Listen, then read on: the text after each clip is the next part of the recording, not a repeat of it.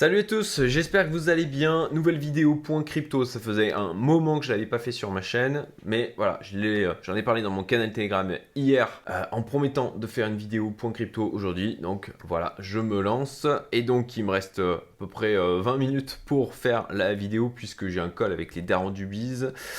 Et on va donc faire en mode FISA. Alors, intro, je vous rappelle, j'ai une liste email privée gratuite, lien en description où j'y partage de temps en temps des opportunités d'investissement, des événements. Et puis en l'occurrence, en ce moment, il y a un nouveau deal startup. Donc une boîte dans laquelle j'ai déjà investi moi il y a de ça 1 an et demi, qui lève maintenant en seed. Le niveau de risque s'est abaissé puisque en investissant en pré-seed, on était au tout début, il y avait juste des maquettes graphiques, rien de plus. Et là, ils ont un produit qui tourne. Ils sont devenus des références dans le domaine de la tokenomics, donc c'est le domaine du Web3. En Europe, moi j'entends parler d'eux systématiquement auprès de tous les porteurs de projets qui lancent des projets crypto. Ils ont entendu parler d'eux, ils les connaissent et il y en a beaucoup qui travaillent avec eux. Ils ont un rôle de consultant et ils ont lancé donc un SaaS, c'est pour ça qu'ils ont levé des fonds. Le SaaS maintenant tourne, ça permet bien de designer l'ensemble de cette tokenomics et d'en faire le suivi. Là où il faudrait toute une équipe, des semaines de travail, on peut arriver en quelques heures à sortir ça uniquement avec leur logiciel. C'est vraiment un apport de valeur qui est monumental. Et d'ailleurs, ils ont déjà des clients sans savoir par quel biais ils sont arrivés sur le logiciel. C'est assez marrant, j'en discutais avec le dirigeant hier par message WhatsApp interposé.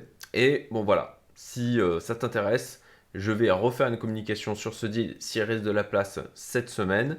On s'approche en fait de l'allocation qui a été prévue. Si ça dépasse, je vais essayer d'aller gratter un petit peu plus au niveau de l'allocation. Et à ce moment-là, j'en parlerai à nouveau dans ma liste email privée. Ensuite, j'ai mon canal Telegram où, dernièrement, j'avais autre chose à faire que, sincèrement, faire des vidéos sur YouTube. J'avais d'autres priorités. Néanmoins, j'essaye de communiquer régulièrement sur mon canal Telegram. Et donc, j'ai fait des gros mouvements le 16 juillet sur mon portefeuille crypto. J'en ai pas parlé sur ma chaîne. Encore une fois, priorisation. Mais par contre, j'en ai parlé sur mon canal Telegram. Voilà, alors qu'est-ce qu'on va voir dans cette vidéo? Petit constat, info, on va regarder un peu l'ambiance d'ensemble sur l'univers Web3, l'univers crypto. Petit tour côté analyse technique, puis comme d'habitude, je vous donnerai mon avis et je vous expliquerai ce que je fais en termes de stratégie. Alors j'ai ma fille qui est juste à côté et j'espère qu'elle va pas faire de bruit. Constat info. Déjà, petit rappel, on reste en post-halving. J'en avais déjà parlé dans des vidéos précédentes, mais d'une manière assez habituelle, post-halving, on a une période où le cours baisse, voire latéralise. Bon, je pense qu'on peut dire de manière assez certaine que là, on est clairement dans une phase de latéralisation.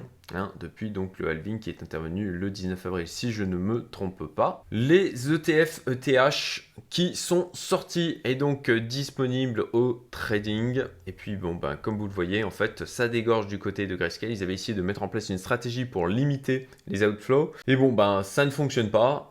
Clairement, on a donc du côté de Grayscale, il y a un maximum de personnes qui sortent et forcément ça fait une pression vendeuse sur l'ETH.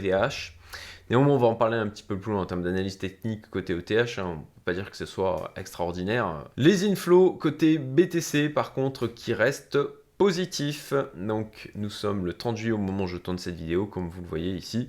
Alors on a eu des inflows assez puissants, on va dire, la semaine précédente et les dernières semaines. Et puis là ça s'est un petit peu calmé. Néanmoins, on garde quand même des inflows qui sont positifs sur donc ETF BTC. La news ETF Solana que j'avais évoquée, même chose, pas du coup sur ma chaîne, mais dans les points crypto qui ont lieu tous les 15 jours dans ma communauté privée, ou je sais plus si j'en avais parlé aussi dans mon canal Telegram, il ne semble pas sur ce point-là. Mais voilà, 21 Shares et Vanek qui ont commencé à avancer sur le lancement d'un ETF Solana, ETF Spot. Par contre, ce qui est venu un petit peu calmer les ardeurs là-dessus, c'est BlackRock qui a dit que pour le moment, il y avait très peu d'intérêt de la part des investisseurs. Bon, alors très peu d'intérêt, voilà, ça veut dire que c'est encore une fois pour le moment. On reste globalement dans un désintérêt plutôt complet de l'univers crypto de la part des investisseurs retail. On est plus, moi j'ai vraiment le sentiment qu'on reste entre nous, entre personnes qui sont là sur le marché depuis un moment, ou suffisamment initiées pour être présents. Donc, ce qui est à noter quand même, c'est que cette annonce de BlackRock n'a, à mon sens, pas eu d'impact là sur le cours du côté du Solana qui se porte très bien. La politique côté États-Unis, donc on a eu plusieurs déclarations qui ont été assez marquantes. On a vraiment des choses qui il y a quelques années aurait été impensable d'un point de vue annonce politique au State. Bon, bah là, on a une sénatrice, donc Cynthia Lummis, qui a dit qu'elle voulait qu'il y ait une accumulation d'1 million de bitcoins dans le trésor US.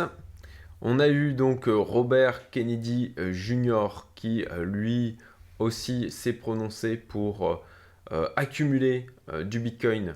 Alors lui, je crois qu'elle disait, j'avais déjà ouvert, elle disait 1 million, je crois que lui, il parle de plus, ouais, 4 millions de bitcoin. Ensuite, on a eu donc Trump qui est intervenu donc, pendant la Bitcoin conférence et qui voulait faire devenir les États-Unis la capitale crypto de la planète, avec aussi le fait d'arrêter de vendre en fait les bitcoins qui sont saisis par l'État, mais plutôt de les accumuler pour là aussi les mettre dans le trésor américain. Les whales Bitcoin qui ont fait une accumulation dite sans précédent de 23 milliards en juillet. Néanmoins, je précise que ce chiffre de 23 milliards prend en compte aussi les entrées qu'il y a eu sur les ETF Bitcoin. Donc voilà, faut le prendre un petit peu avec des pincettes. Néanmoins, ça reste quand même un chiffre qui est assez énorme. Les réserves de Bitcoin sur les exchanges qui sont au plus bas là depuis là le plus loin que je puisse remonter sur ce graphique, c'est donc juillet 2021. Là aussi, à prendre avec des pincettes dans le sens où il serait assez logique qu'il y ait toute une partie de la population qui avant achetait du Bitcoin via les exchanges le fasse maintenant du côté des ETF Bitcoin par simplicité et parce que je pense que beaucoup se rappellent aussi des multiples exchanges crypto qui ont fermé leurs portes et de la douille FTX. Et enfin, notez l'open interest sur donc, les futurs Ethereum dans la catégorie Asset Manager qui là sont au plus haut donc en termes de longue.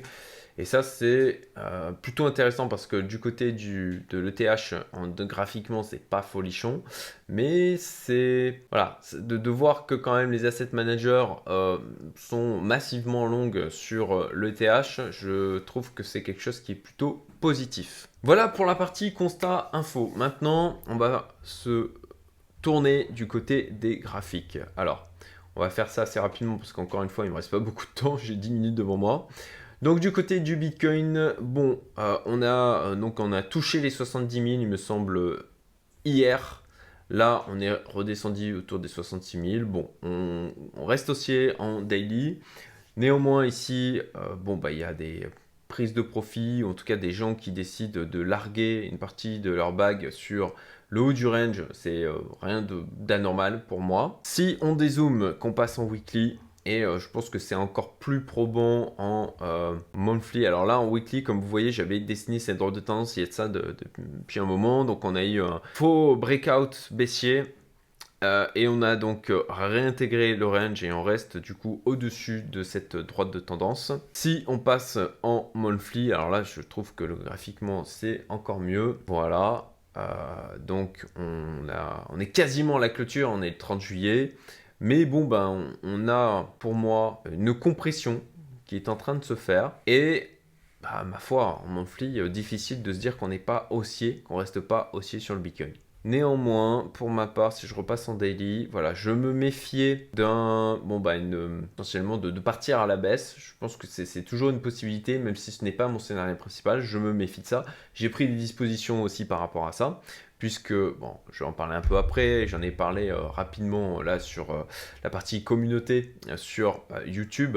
J'ai largué 50% de mon portefeuille principal. J'ai expliqué pourquoi dans mon canal Telegram, à nouveau le lien vers mon canal Telegram qui est gratuit est disponible en description de cette vidéo. Et donc je me suis décidé de larguer 50% le 16 juillet exactement, de manière à me protéger d'un éventuel dead cat bounce Et si au final on repartait à la baisse par la suite, c'est toujours quelque chose qui est possible.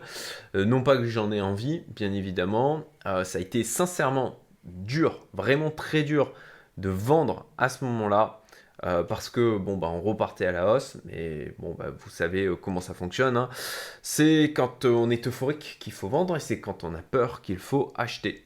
Après c'est plus facile à dire qu'à faire, bien évidemment. Voilà pour le Bitcoin. Bon, bah, concrètement, on reste haussier. Là, on est à 66 700. C'est plutôt pas mal.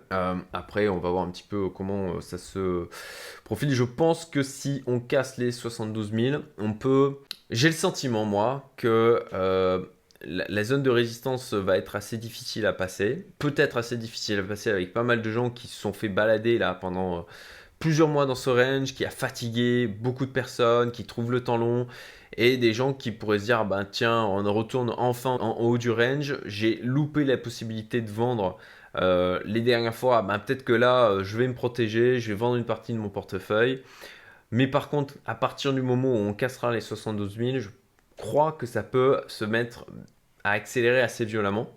Notamment parce que pas mal de gens se seront protégés justement en sortant une partie de leur capital en disant bon bah si ça casse les 72 000, et moi le premier, hein, bon bah je me repositionne.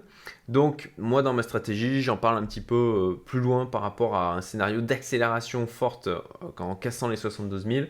J'ai prévu deux actions par rapport à ça. Tout en gardant en tête qu'on peut très bien avoir un piège haussier, on casse et puis on revient dans le range pour fatiguer à nouveau tout le monde pendant encore plusieurs semaines. Moi, mon scénario principal, ça reste quand même une continuité de la hausse, tout en fatiguant tout le monde, en faisant baisser le RSI, et puis en faisant la machine à laver, hein, en clair, en faisant perdre un maximum de personnes, puisque le marché, encore une fois, est là pour faire perdre un maximum de personnes, et il y a très peu de gens qui en sortent gagnants. Donc là, de venir titiller ici, d'avoir un rejet pour ensuite revenir casser et partir en accélération haussière au-delà des 72 000 et laisser à aussi peu de personnes la possibilité de se positionner, me semble un scénario qui est pas déconnant. Ensuite, dominance du Bitcoin. Alors ça, c'est assez intéressant là aussi. On a donc une dominance du Bitcoin qui est repartie à la hausse. Donc moi, j'avais tracé plusieurs droites de tendance. J'avais tracé donc aussi ce canal, ce range ici, dans lequel on était depuis à peu près avril. On l'a cassé à la hausse, donc on va voir là ce qui va se passer. On est revenu du coup titiller le haut du range qui sert maintenant potentiellement de zone de support. Bon, à voir si on va le réintégrer. De toute manière, moi aussi, ça, je l'avais évoqué dans mon canal Telegram, j'ai augmenté mon exposition Bitcoin, pas de manière drastique, hein, quelques pourcentages en plus, pour aussi, compte tenu de la dominance du Bitcoin qui reste quand même, il faut l'avouer, reste haussière. ETH versus BTC, eh bien c'est dégueulasse, voilà. On avait cette droite de tendance baissière, on l'avait cassée, on l'a réintégré, voilà, c'est vraiment pas extraordinaire. Je reste exposé pour ma part sur l'ETH, je crois que de mémoire c'est 19% de mon portefeuille principal. Je ne diminue pas la pondération. En petite interruption de la part de ma fille, je reprends. Donc, droite de tendance baissière qui reste présente au niveau de l'ETH versus Bitcoin. Donc, comme je disais, je reste à 19% d'exposition, je n'ai pas prévu de la baisser, je n'ai pas prévu de l'augmenter, je reste comme ça pour le moment. Et par contre, on a du côté de, alors, ETH USD, hein, bon, c'est pas mal, mais c'est pas extraordinaire non plus, voilà. Et surtout, quand on compare, pour moi, au BNB et au Solana, bon, je dois avouer que ça commence à me titiller de mettre un niveau d'exposition qui soit équivalent sur BNB, ETH, Solana. Voilà, BNB versus USD, je trouve qu'on est très bien. BNB versus BTC, je trouve qu'on est encore mieux. Alors le Solana, n'en parlons pas, il reste extrêmement haussier et extrêmement résilient. Je pense que ça se passe de commentaires hein, quand on le voit là graphiquement. On peut même potentiellement dire qu'on a fait un W là sur le Solana en daily. Et Solana versus BTC, clairement on reste vraiment haussier. Bien, il me reste 2 minutes, je vais arriver à tenir le timing. Bon, pour ma part, donc je suis actuellement à 50% d'exposition sur mon portefeuille principal. L'objectif, c'est si on casse, on clôture en daily au-dessus des 72K, c'est de passer à 75% d'exposition. Si on clôture en 3D au-dessus des 72K, c'est de passer à 100% d'exposition. Voilà. Comme je disais, j'avais vendu 50% de mon portefeuille principal.